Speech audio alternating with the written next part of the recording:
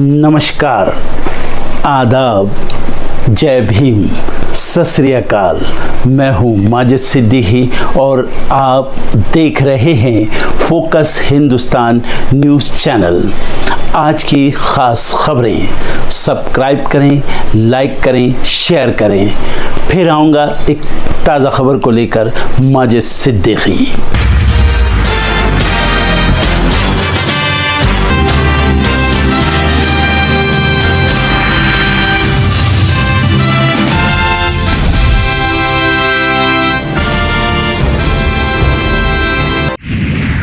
बंगाल के राज्यपाल सीवी आनंद special train से मालदा रवाना, हिंसा प्रभावित इलाकों का करेंगे दौरा। वक्फ कानून पर संजय सिंह का बड़ा बयान, वक्फ संशोधन बिल पूरी तरह से गैर संवैधानिक है, यही बात मैंने जेपीसी के समक्ष और सदन में उठाई थी। बोले अभी भी वक्त है, ये बात मान लो। बारिश के दौरान जलभराव होने वाली जगहों का निरीक्षण करेंगे दिल्ली की सीएम रेखा गुप्ता। पूर्व रॉ चीफ एएस दुलत पर उमर अब्दुल्ला का तंज, जब दोस्त ऐसे हों तो दुश्मनों की क्या जरूरत। हरियाणा के सीएम नायब सैनी का बड़ा कदम, सरकारी स्कूलों में होगी योग सहायकों की नियुक्ति। भाजपा नेता दिलीप घोष 61 की उम्र में लेंगे 7 फेरे, होने वाली दुल्हन भी है पार्टी की कार्यकर्ता। ईडी ने चार्जशीट में की 661 करोड़ रुपए की संपत्ति जब्त करने की मांग, जांच के दौरान की थी अटैच। शाहरुख खान को लेकर नया विवाद, पूर्व मेजर जनरल ने सीआईएसएफ को सुनाई खरी खरी, जनता संघ कर्नल बोले नॉनसेंस। यूपी में आंधी बारिश और ओलावृष्टि से हुए नुकसान पर सीएम योगी सख्त, अफसरों को दिए निर्देश। हिमाचल में आंधी तूफान ने बरपाया कहर, पेड़ गिरने से 8 साल के बच्चे सहित 2 लोगों की गई जान, 100 से ज्यादा मकान तबाह। अमेरिकी नागरिक ने छोटे विमान को किया हाईजैक, 3 लोग घायल। इजराइल के ताबड़तोड़ हमलों के बाद हमास गजा में बचे सभी बंधकों को रिहा करने के लिए तैयार। रूस ने अफगान तालिबान को प्रतिबंधित आतंकी समूह की सूची से हटाया, 20 साल पुराना प्रतिबंध हुआ खत्म। फ्लोरिडा यूनिवर्सिटी के कैंपस में भीषण गोलीबारी, 2 की गई जान, 6 लोग गंभीर रूप से घायल। हनी ट्रैप मामले में पकड़ी गई बांग्लादेश की पूर्व मिस अर्थ, सऊदी के पूर्व राजनयिक को ब्लैकमेल करने का आरोप। आज निरस्त रहेंगी 26 जोड़ी ट्रेनें, प्रभावित रहेगा 50 का संचालन। चीन से हाथ मिलाने की तैयारी में ट्रंप, ईयू पर बोले मेलोनी संग बैठक में टैरिफ डील को लेकर कोई हड़बड़ी नहीं। 2025-26 में 6.4% रह सकती है जीडीपी की वृद्धि दर, 2030 तक 1 लाख करोड़ डॉलर का होगा सेवा निर्यात। आईएमएफ का दावा, यूएस टैरिफ से कमजोर होगी वैश्विक अर्थव्यवस्था, मुद्रास्फीति बढ़ेगी, मंदी का कारण नहीं बनेंगे शुल्क। जेनसोल इंजीनियरिंग के स्वतंत्र निदेशक अरुण मेनन ने दिया इस्तीफा, सेबी की कार्रवाई के बाद लिया फैसला।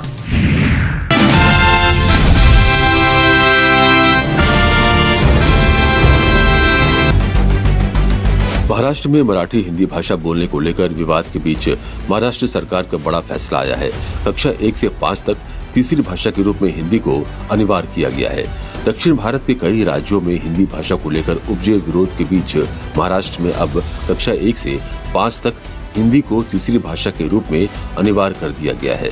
नया पाठ्यक्रम इसी साल यानी 2025-26 से लागू होगा। महाराष्ट्र के स्कूल शिक्षा विभाग ने राष्ट्रीय शिक्षा नीति 2020 के तहत नया शैक्षणिक ढांचा लागू करने की घोषणा की है।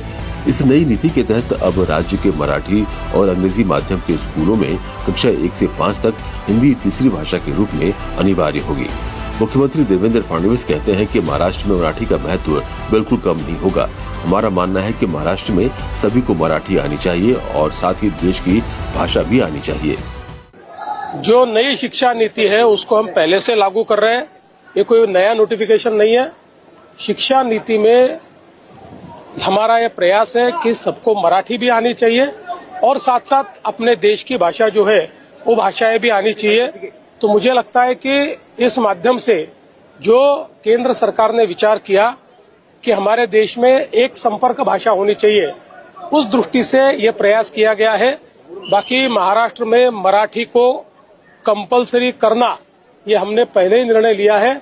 महाराष्ट्र में हर एक को मराठी सीखना ही होगा, लेकिन साथ साथ वो अंग्रेजी भी सीख पाएंगे, हिंदी भी सीख पाएंगे और कोई उनको लैंग्वेज सीखनी है तो वो भी सीख पाएंगे। वहीं महाराष्ट्र में पहली कक्षा से हिंदी भाषा को अनिवार्य करने पर राज ठाकरे ने सरकार को चेतावनी दी है और कहा है कि हम हिंदू हैं लेकिन हिंदी नहीं है।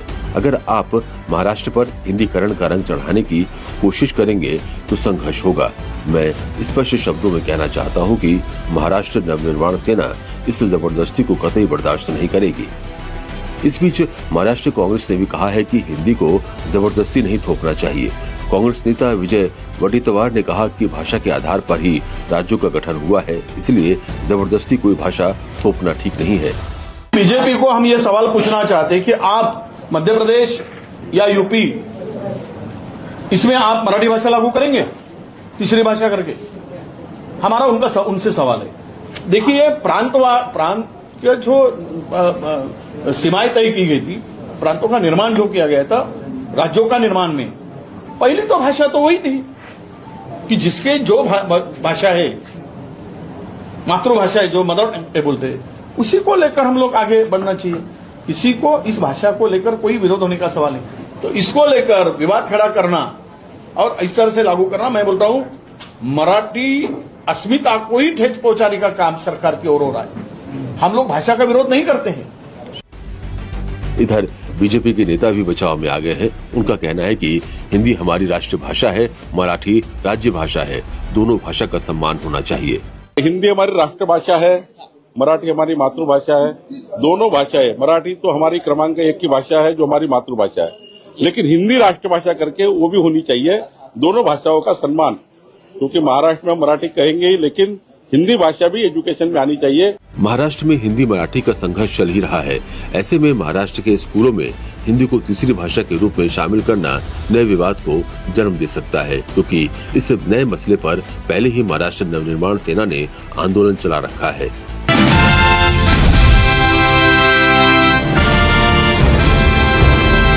वक्फ संशोधन कानून के खिलाफ दाखिल याचिकाओं पर दूसरे दिन भी सुप्रीम कोर्ट में सुनवाई हुई। सुनवाई के दौरान कोर्ट ने सरकार से तीखे सवाल भी किए।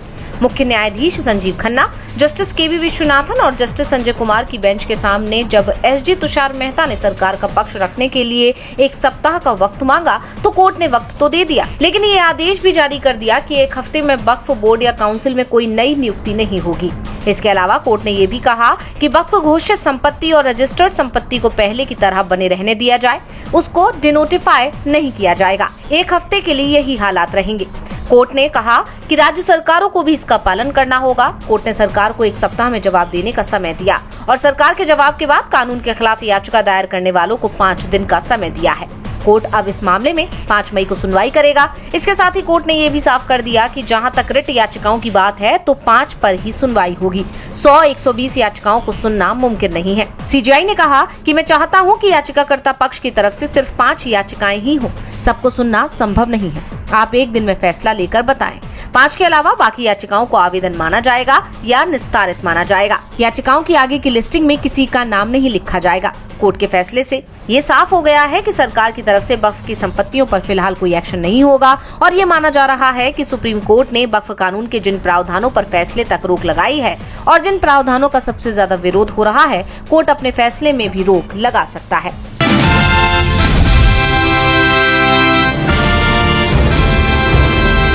नेशनल हेराल्ड केस में ईडी ने सोनिया गांधी और राहुल गांधी को आरोपी बनाया है, जिसको लेकर कांग्रेस देश भर में प्रदर्शन कर रही है।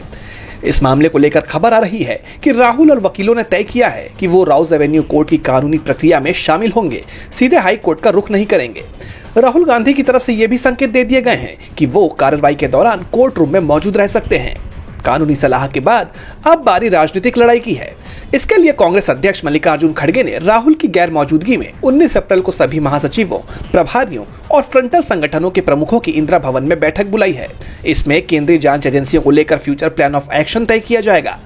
कुल मिलाकर कांग्रेस ने कानूनी लड़ाई लड़ने के साथ ही साथ राजनीतिक तौर पर भी लड़ाई लड़ने के लिए कमर कस ली है, जिसकी शुरुआत 16 अप्रैल को ईडी दफ्तरों के बाहर प्रदर्शन के साथ हो चुकी है। अब आगे भी कांग्रेस पार्टी इस मसले को सियासी तौर पर गर्म रखते हुए बैकफुट पर दिखने की बजाय फ्रंट फुट पर दिखना चाहती है। बता दें कि ईडी ने नेशनल हेराल्ड और एसोसिएटेड जर्नल्स लिमिटेड से जुड़े मनी लॉन्ड्रिंग केस में चार्जशीट दाखिल की थी। इसमें सोनिया गांधी, राहुल गांधी के साथ साथ सैम पित्रोदा और सुमन दुबे का भी नाम शामिल था। दिल्ली के राउज एवेन्यू कोर्ट में 25 अप्रैल को अब इस मामले की अगली सुनवाई होगी।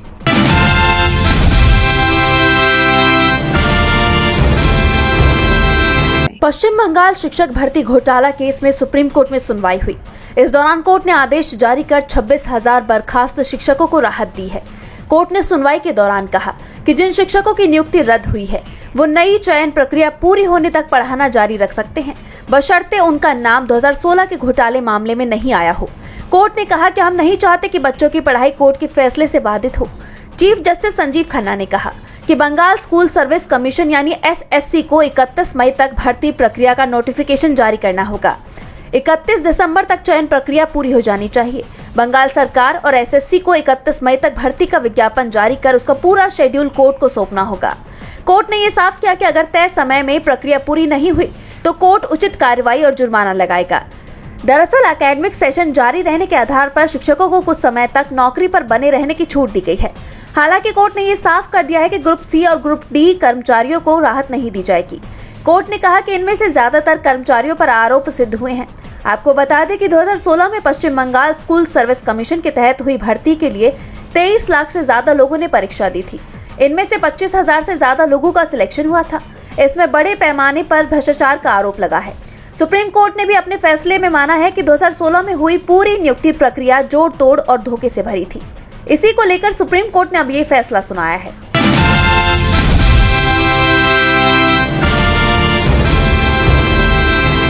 रेलवे के लोको पायलट लगातार लंबे अरसे से अपनी ड्यूटी के दौरान टॉयलेट और खाने के लिए ब्रेक की मांग कर रहे हैं। रांची में लगातार लोको पायलट 4 अप्रैल से हड़ताल पर हैं। लोको पायलट की मांगों पर रेलवे ने 26 जुलाई 2024 को एक कमेटी गठित की थी। कमेटी को 1 महीने में रिपोर्ट सौंपनी थी, लेकिन अब तक 9 से 10 महीने बीत चुके हैं और उसकी सिफारिशें सामने नहीं आ सकी। इसी बीच नेता प्रतिपक्ष राहुल गांधी ने लोको पायलट की समस्याओं को लेकर सरकार पर सवाल किए हैं। उन्होंने ट्वीट कर लिखा, पिछले साल जब मैं रेलवे के लोको पायलटों से मिला तो उनकी स्थिति जानकर गहरी चिंता हुई। 14-14 घंटे की शिफ्ट, लगातार रात की ड्यूटी, ना तो पर्याप्त आराम, न खाने का ब्रेक और ना ही शौचालय की सुविधा। हादसों के बाद रेलवे मानवीय चूक कहकर पल्ला झाड़ लेता है, लेकिन ये नहीं बताता कि कर्मचारियों से कैसे अमानवीय तरीके से काम करवाया जाता है। उनकी बुनियादी मांगे थी काम के घंटे तय हो और बेहतर माहौल मिल सके। बता दें कि पिछले साल राहुल गांधी ने लोको पायलट से इसी मुद्दे पर बातचीत की। उन्होंने उस समय कहा था कि लोको पायलट से जुड़े मुद्दों और उनके अधिकारों की आवाज़ इंडिया गठबंधन संसद में उठाएगा। उन्होंने कहा कि लोको पायलट को गर्मी से खौलते केबिन में बैठकर 16-16 घंटे काम करने के लिए मजबूर होना पड़ता है।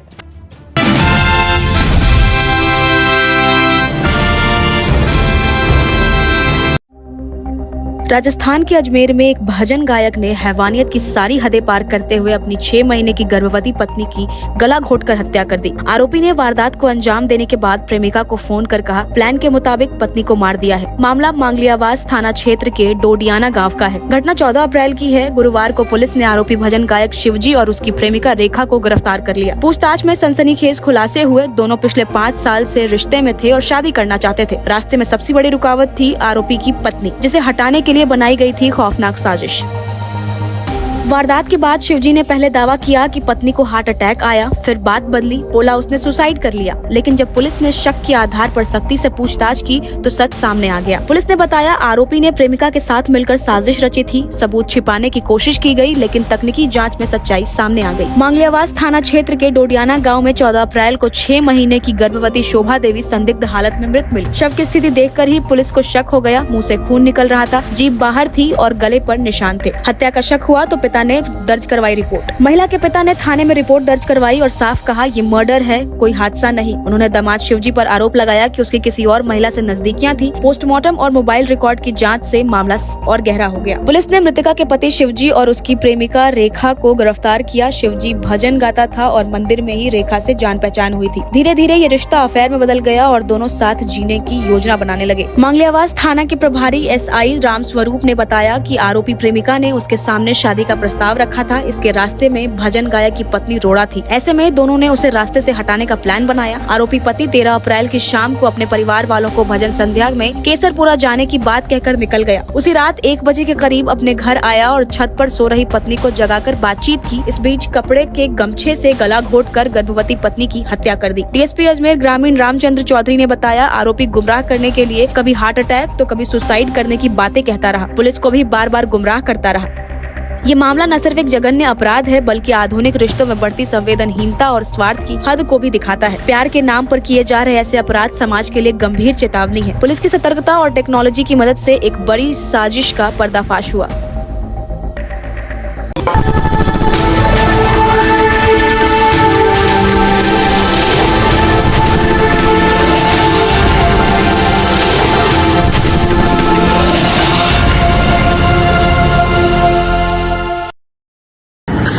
दोस्तों आज मैं आपको बताने वाला हूं कि अगर आपकी बॉडी में मैग्नीशियम की डेफिशिएंसी हो जाए तो आपको क्या क्या प्रॉब्लम हो सकती है। सबसे पहले इंसोमेनिया, नींद ना आना, स्लीपिंग डिसऑर्डर, इंसान सारी रात करवटें बदलता है, नींद नहीं आती, स्ट्रेस लेवल, एंजाइटी बढ़ जाती है इससे, क्योंकि कोर्टिसोल हार्मोन को रोकने में मदद करता है। और अगर आपकी बॉडी में मैग्नीशियम नहीं है तो कोर्टिसोल बढ़ जाता है, जिसकी वजह से स्ट्रेस और एंजाइटी हो जाती है।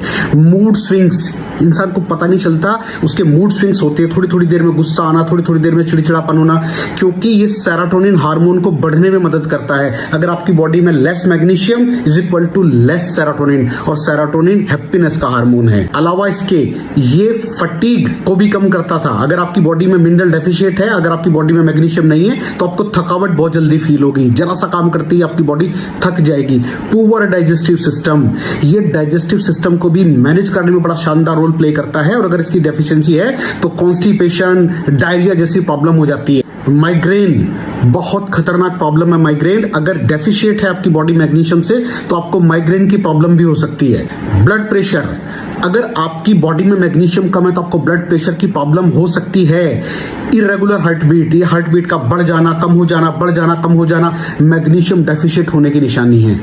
ऑस्टियोपोरोसिस, बोन हेल्थ वीक हो जाती है, क्योंकि आपकी बॉडी का 60% जो मैग्नीशियम है वो आपकी बोन्स के अंदर होता है। अगर आप बाहर से मैग्नीशियम नहीं ले रहे हैं तो आपकी बॉडी जो है वो हड्डियों में से लेना शुरू कर देती है, जिसकी वजह से ऑस्टियोपोरोसिस की प्रॉब्लम भी हो सकती है, आपकी हड्डियां कमजोर हो जाती हैं। और मसल क्रैम्पिंग, मसल क्रैम्प, नस पे नस का चढ़ जाना, मसल्स पे अकड़ जाना, बिल्कुल चलना मुश्किल हो जाता है। तो मसल क्रैम्पिंग भी तभी होती है जब आपकी बॉडी में मैग्नीशियम की डेफिशिएंसी हो। और दोस्त, हमारे यहाँ 90% से ज्यादा लोग मैग्नीशियम डेफिशिएंसी के शिकार हैं। कहां से मिलेगा मैग्नीशियम, कितनी मात्रा में लें, किस क्वालिटी का लें? तो उसका जवाब है वेस्टीज प्राइम CMD। इसके अंदर आपको भरपूर मात्रा में मैग्नीशियम मिलेगा, आपकी सारी प्रॉब्लम सॉल्व हो जाएगी। Thank you so much. दर्शकों, देख लिया आपने हमारे वीडियो को। हमें खुशी होगी कि आपने हमारे न्यूज़ को लाइक किया और दूसरों को शेयर किया। अगर अभी तक हमारे चैनल फोकस हिंदुस्तान को सब्सक्राइब नहीं किया है तो तुरंत सब्सक्राइब करें, कमेंट करें और बेल आइकॉन को प्रेस करें। हम हाजिर हैं खबर के लिए।